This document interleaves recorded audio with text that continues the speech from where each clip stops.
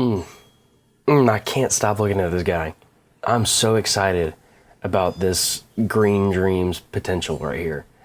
There's been a lot of talk on the previous episode where comments were talking about, warging a dragon, all that kind of stuff, which is just blow my mind. I'm so excited. I'm not gonna give up on the High King Aegon, who is a veritable, beast. If we can get rid of stressed and depressed, he's essentially a perfect character. However, it will be very exciting for us to have a son like this if we can manage a few more things. He's not all the way done yet. He doesn't have any outstanding traits yet.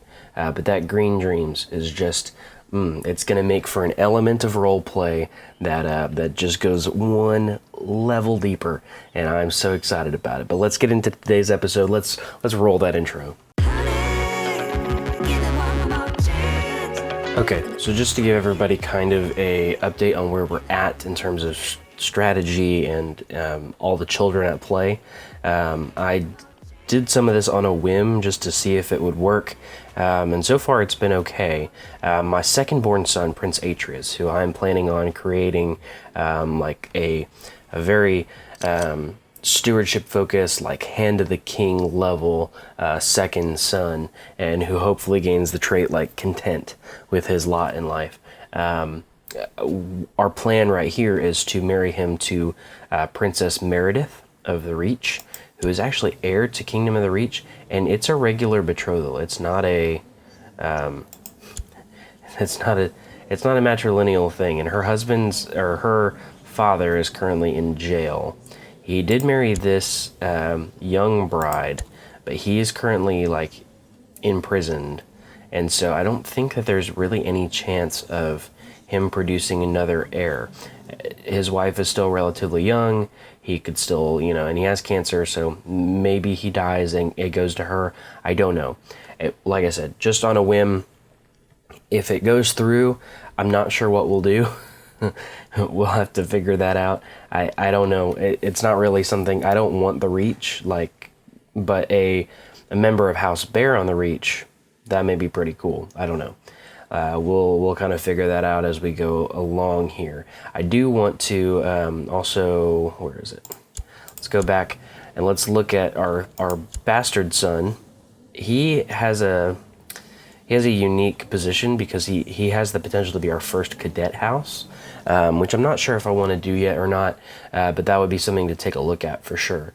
If I wanted to maybe press forward with doing that, he would be the best option. So we're going to make sure we mold and shape him into a good young man. First daughter, Princess Nerys, who actually has that high Valyrian portrait, is currently betrothed to Lord Zachary, who is Lord Paramount Dickon's son, firstborn son, has the genius trait, all of that. She doesn't have her focus picked yet, so let's go ahead and choose for her probably duty. I think that would be the best thing. Conscientious is a great childhood trait. Diligent, honorable, temperate, and if she can gain any extra childhood traits along the way, that would be perfect. So it just kind of compounds and will add to her character. I do have a bastard daughter, Margadra. I don't know. I didn't anticipate her being in my court, but they found out about the pregnancy, or the child, so they linked it back to me. She's a suspected bastard, but she actually is my child. So she's another one that we can maybe turn into something great. I don't really have any concrete plans for her yet, but it is something to definitely take a look at, because you never know if it's making a cadet house, if it's using kind of a different strategy in terms of a marriage. That's always an option. Our second trueborn daughter is a dwarf, and she's betrothed to Lord Vengo of Mistwood, and it's a matrilineal betrothal, and he is actually the son of the Storm King. He's not the heir of the Storm King, but he is the hold on, how did that go again? Let's look. I think whenever I did the betrothal, it was that way. He is just the Lord of Mistwood. That's all it is. And his liege is the Storm King. So originally, he actually does have a strong claim on the Kingdom of the Stormlands. So there's potential going forward. I don't know how she got the dwarf trait. It doesn't make any sense. Like I'm expecting something, or I'm suspecting that something is going wrong because of choices my wife is making. Because we have a hunchback son and a dwarf daughter.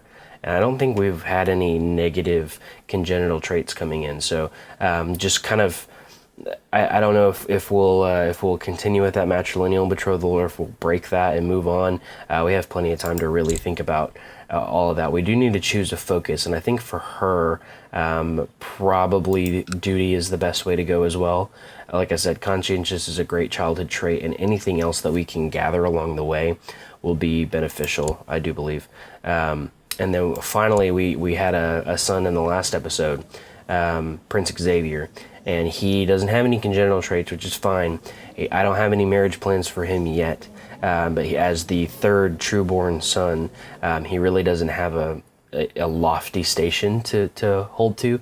He's just royalty, and so we'll have to see how he turns out. He could be a great commander, master at arms. He could be a great tool to kind of maybe boost up a great house in the woods and help out if we're in trouble somewhere along the line. He'll be a good tool to use there. But yeah, those are the children of the High King Aegon so far. The wife is still in childbearing age range. 31 is not too old to have more kids, so we'll have to see exactly what we can do there. If there's more potential for us to have kids there, I don't know. You never know, really. I don't know that I knew that we had Dire Den.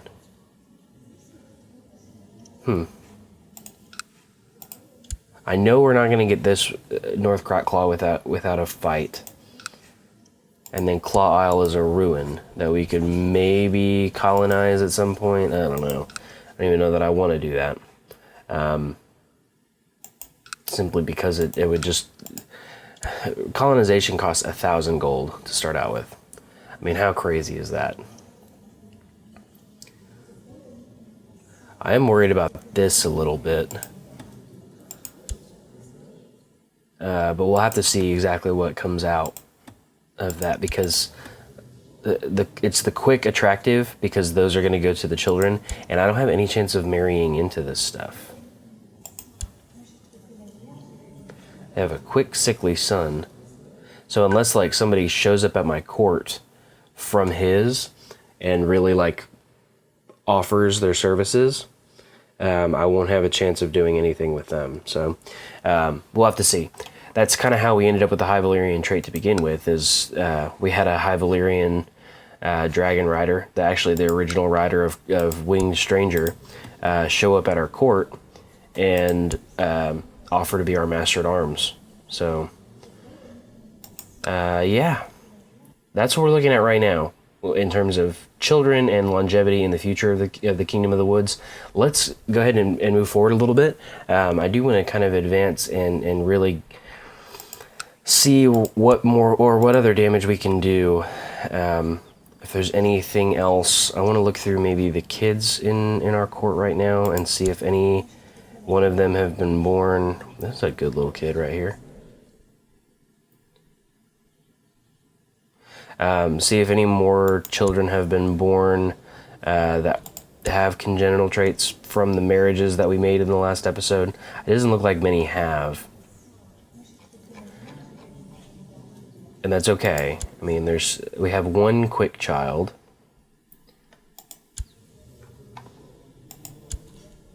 He's of House Hull, though.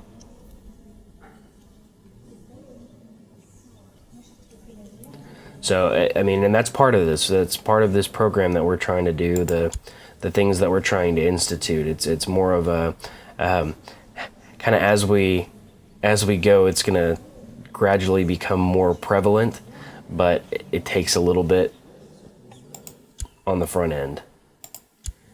And there's not really a perfect system. Traits in CK2 and their ability to be inherited. There's some math to it, but a lot of it's RNG, and we all know what RNG does, and none of it is good. I don't know that there's any chance of us having a good shot at RNG after what happened with this King Aegon, King Valyr II, and the whole one-handed thing on the Valyrian steel trip. RNG is a crapshoot. It's basically 50-50 for me. So we'll have to see. We do have one attractive kid, Thorin Rivers, in our court. So we'll have to see what comes from that. The father was attractive, and the mother died in childbirth. So that'll be interesting to take a look at, because attractive is a good trait to kind of breed in, and actually boosts the propensity of other congenital traits like quick to be passed on. So yeah, let's advance time. Let's invite some more courtiers, get everything mixed up, and see what kind of trouble we can get into today. Ermin approaches you. My liege, I have a great idea for a monument. Something to raise our cultural status and make the people notice what a great ruler you are. I would require some gold and your patience, and the work would take a year to complete. So be it, surprise me. Or I don't think so. Let's do it. Let's give them a little bit of gold, and let's have them raise the statue to the High King Aegon. Hopefully it's a statue of Winged Stranger. That would be nice. I think that would be the way to go. So we have currently built 2 levels of the basic defenses. The first level was basic defenses, and then we put catapults on there. So now we have a fort level of 18, which is perfect. And we're currently in the process of building training grounds, which raises the morale of armies by 10% and the levy reinforcement rate by 10% as well. It was a little expensive, and it's going to take a little while to complete, but it's not winter, and we had some gold. So I went ahead and pressed on with that. Let's read this scroll. My king, my mission to improve your good name has so far been a success. During a visit to the court of Lord Alex Evenstar of the Straits of Tarth, I seem to have managed to make him understand what a benevolent and peaceful ruler you really are. He sends his regards. Your humble master of laws, Sir Ryman of Prestaños. Thank you. I really do appreciate that, Sir Ryman. I don't know why I would want, or why I need Lord Alex of Evenstar to appreciate me the way that, he seems to want to, but I'm cool with that. We'll see. We'll see exactly what becomes of that in the future. Moving right along, word of an epidemic. We've received news of an epidemic in Valyria. The information is vague, but word is people are dying like flies, and the fear of the disease is spreading as fast as the affliction itself. Furthermore, the condition is reported irreversible, as well as incurable, and the scattered records of events are worrisome. With no source of evil revealed, people are turning to their gods and on each other to protect themselves from the contagion. Many call it a new great sickness. Well, that is a little bit troubling. I'm going to pause really quick. One major epidemic, the Great Sickness, started in Tyria. Okay, well, that just means that we really, really need to improve our sick houses, our refuges, because that is going to cause a problem down the line, and that actually could lead to the downfall of Valyria and a total power shift in the coming days. I'm not exactly sure. I've really never dealt with the Great Sickness before, so I don't know if I'm maybe worrying for nothing, if it's not nearly as bad as it is in my head. But the problem is I don't want it to become like so overpowering that we lose all of what we've built here by some by some disease. I'd rather it be, a conqueror comes in or something before we give up our titles. I don't want it to be like a disease or something that we can't even control. So this refuge is going to become super important. We basically need to stop construction here at the Bear Fort and focus entirely on getting this refuge to be as good of a refuge as we possibly can. Investing what gold we have into it, and really pressing forward with it, because I feel like that's going to spread very quickly and become an issue. We do have time because it's all the way over in Valyria, but we need to utilize that time. Having time doesn't necessarily mean that we just need to not worry about it. We need to utilize the time that we have and continue to press forward, and that's where our gold resources need to go for right now, is on building up this refuge in Bear Hall, so that we can survive and move forward whenever the sickness is past. Here we go. My young son has finished his education in military strategy and command. I notice with pride that he has attained nothing less than a masterful level of knowledge. Excellent. He also gained the trait rude, which is, it's less than ideal, but listen, there's that hat. Ugh.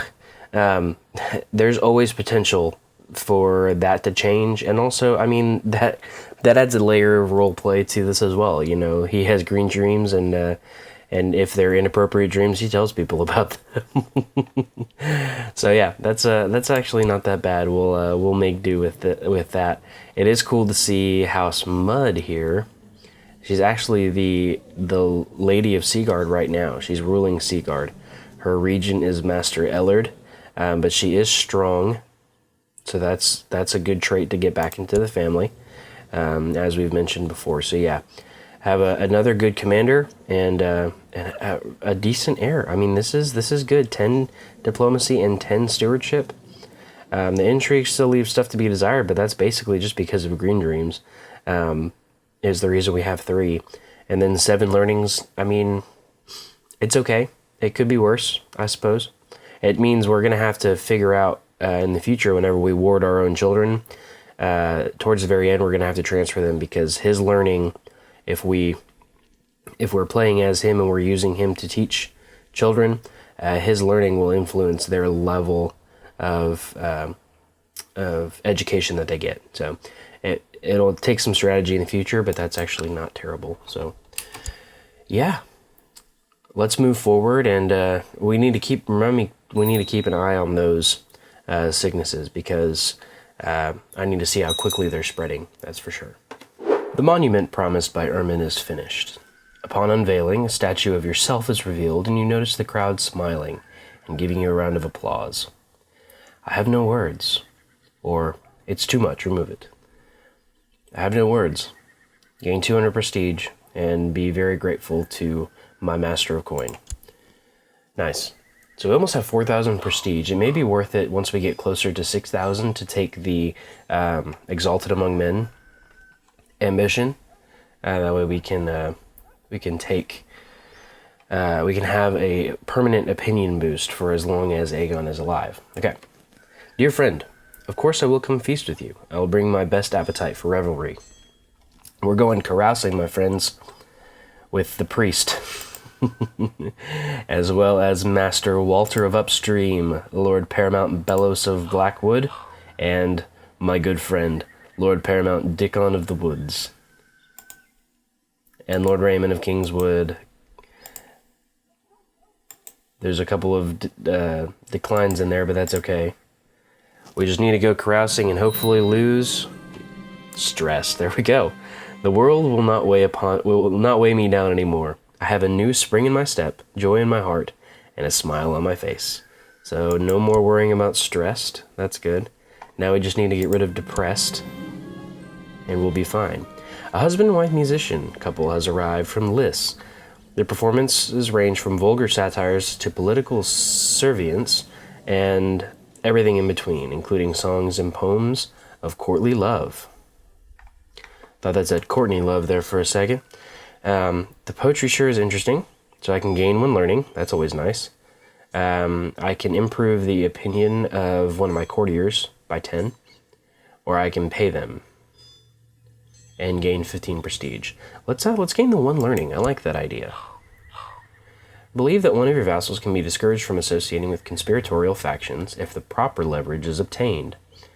How do you wish to proceed? Let's do nothing. I don't want to obligate my vassals. There are no dangerous factions in the Kingdom of the Woods. Okay, so look. Having many lovers is exciting and fulfilling. So much love, so much desire, but so little time. I feel like I'm burning the candle at both ends. So I think we're going to break up with this girl. She's 44. There's no point in being with her. We have 2 younger lovers, so we can afford to break it off with her. Recently, I've noticed the pitiful state of my son, Adric. I have just been informed that the cause of his aches and fatigue is a case of the flu. So we'll call the physicians at once. Let's take some time really quick and take a look at... Yikes.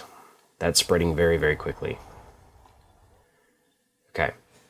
We definitely need to make some investments sooner rather than later. Let's see. It's going to take some gold, though. Like, that's going to be the thing. We're going to have to invest some gold. And currently we're a little low on the gold. Not low, but yeah, we don't have enough to really invest what we should into that little investor. So let's try to lose depressed so we can live a little bit longer. And once construction is finished, which should be rather quickly, we can place our Master of Coin back here to gain some money very quickly, and then continue to move forward with construction on the refuge itself. So, am I able to build refuges? I am. Okay, so I'm able to build refuges in other counties in the woods. Okay, my vassal, Lord Paramount Dickon Whitewood, has requested that Commander Clayson of Widow's Tower should be sworn to him rather than me directly. That's not going to happen. He is my vassal. He's in my county. So I'm going to impress Lord Dickon with vague promises and hope that he's impressed by my flattery, which I think Dick would be shrewd enough to not fall for something like that. But it worked in game. So we'll chalk it up to RNG. We'll chalk it up to RNG. Good drinks and food, carousing, everything's fine. Or was fine until Lord Paramount Dickon unexpectedly threw a fit of rage. You're not sure why, but he's coming at you now with his fists up. So I can, 20% chance of getting 1 diplomacy, 20% chance we become close friends. So yeah, listen to me and calm down. Did either one of those things happen? We didn't become friends, so maybe we gained 1 diplomacy, I don't know. What education would I like to choose for Meredith? You're going to get just the basic equipment because we have other things that we need to focus on with our gold. My courtier Serena hardly eats anything for fear of turning fat. Well, be temperate then if you don't want that. Young Serena is developing an arbitrary streak. She should focus on being brave. The reveling and carousing is over for now. Time to get back to real life. Well, it was fun. 30% chance we lose depressed. Maybe. Nope, didn't happen. So we're going to have to carouse again.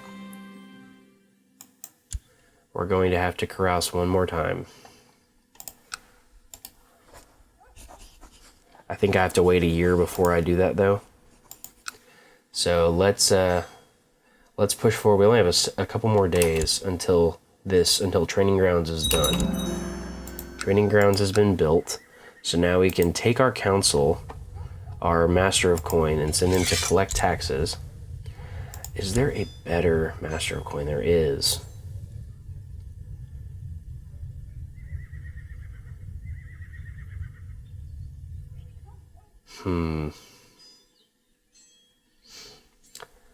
As much as I like Ermin, we need the gold. We really do. So the more gold we can get from that, the better. And so I'm going to sit there and let him collect. I think if we can get to... Ooh, that's cool. Under my guidance, my young daughter Nerys is slowly mastering the art of swordsmanship. So, Princess Nerys, my firstborn daughter, gains Poor Fighter. I can dig it. Now, the question is going to be, I think we go with this. We do Expanded Sick House 2. And so we need 418 gold. That's going to take just a little bit. But I think if we do that, that gives us another layer of protection for the coming sickness.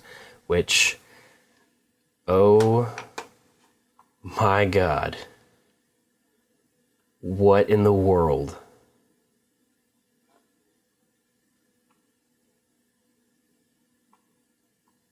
Oh man. It's coming for us, guys. It's coming for us. Here we go. I think this is what we want. So, the reveling and carousing is over for now. So I invited my whole court to do a carousing. Time to get back to real life. A 30% chance we lose depressed. Now I have the chance to gain hedonist, which I don't know that I want. Even though it boosts fertility, it's intrigue and diplomacy, but I can also gain socializer, which is a +3 to diplomacy, which would give me 20, which is amazing. Plus the 30% chance we lose depressed. Let's try it. Fingers crossed. RNG be with us. Yes! I woke up this morning with a big smile on my face. I'm no longer depressed. Fantastic. And we didn't gain drunkard, but we did adopt a lifestyle. So let's change the carousing focus to family focus. I feel like that's the most important part of right now. We can really do well with our family. We still have, a very short amount of time for us to gain maybe one more pregnancy with our wife, and we can see what comes from that. So pick an ambition. You know what? Now I think is the time that we should do this. So basically, because we went on the Valyrian Steel Sword quest, and we got the armor, we're not allowed to do it because we technically have a Valyrian Steel Sword. But if I give, let's see. I wonder if we can propose a foreign tour. But I don't think oh, there we go. Grant Valyrian Steel Sword. I probably just overlooked that. So I can pass on the armor, the bear pelt, to our son, which would probably help him. He's a good fighter, but that would actually kind of give him a little bit more protection going forward. So we'll do that. Grant Valyrian Steel Sword, the bear pelt. Yep. And so now, because we don't have that, I think we can, if we advance time, maybe. Huh.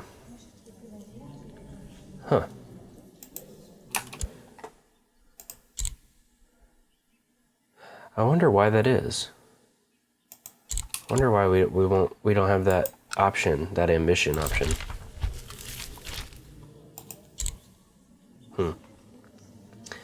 Let's instead, because we can always change this. So let's see. Maybe see the realm prosper. I think that's probably the best option for us right now. So let's read this scroll because it has to do with what I'm going to talk about next. Slaver's Bay ravaged by plague.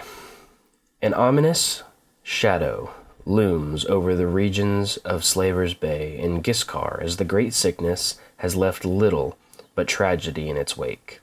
The reports are scarce, but upon hearing the tales of lone refugees walking the roads, often the sole survivors of a family, the hearts of many are torn as to why the gods would allow this to happen. When will it end? So, this is currently the state of the world. So there's also pox over here, but the great sickness is what we're concerned about. It hasn't advanced in a little bit, and I've been able to invest some of our gold. We've gotten tithe and also the tax event a couple of times to get us to the point where we are now building a level 3 I think, yeah. We're building level 3 here. So we do have currently a level 3 refuge. We'll have a level 4. So we'll have separated wards. We'll just continue to invest as much money as we possibly can into that. Time after time. I don't want to have to worry about it going forward because it's going to cause an issue if we're not careful. So I need a new Master of Laws, but I don't have any really great. I don't have any really great diplomats among my men. Let's do Clayson and just have him perform statecraft. That's fine for right now. Let's see. August 6th, they'll finish. Okay. So once that's done, it's pretty much just going to be awesome. Look, our hunchback son is now a trained or a poor fighter. That's cool. So pretty much all that we're going to be dealing with is establishing yeah, because look, it's starting to bleed in. The free cities ravaged by the plague. Death comes to all in the free cities, and in the free cities the terror is becoming mundane. The great sickness has been ravishing the lands, unbiased regarding the social statuses of men, indifferently claiming even babies from the arms of their parents. Travels to the area are currently discouraged. When will it end? So, I don't know. Like I said, I haven't really dealt with this event chain very much because I haven't really. I mean, as much as I've played, I mostly played before Reaper's Due came out, and so the event chain that has caused this is due to Reaper's Due, and I don't know. Look, oh, it's gone from Valyrian now. That's good. So it's starting to ease off. So hopefully it eases its way out or back this way before it reaches Westeros. Because, I mean, like, we may be preparing for nothing, but, I mean, I don't want to lose everything that I've built up. And plagues are a big deal here. So I don't want to. I don't want to deal with potentially losing everything just because I think we're not going to be affected by it. So we'll let our gold build up. We'll continue working on that refuge, and hopefully that great sickness doesn't ever come to Westeros. But just in case it does, we'll be prepared.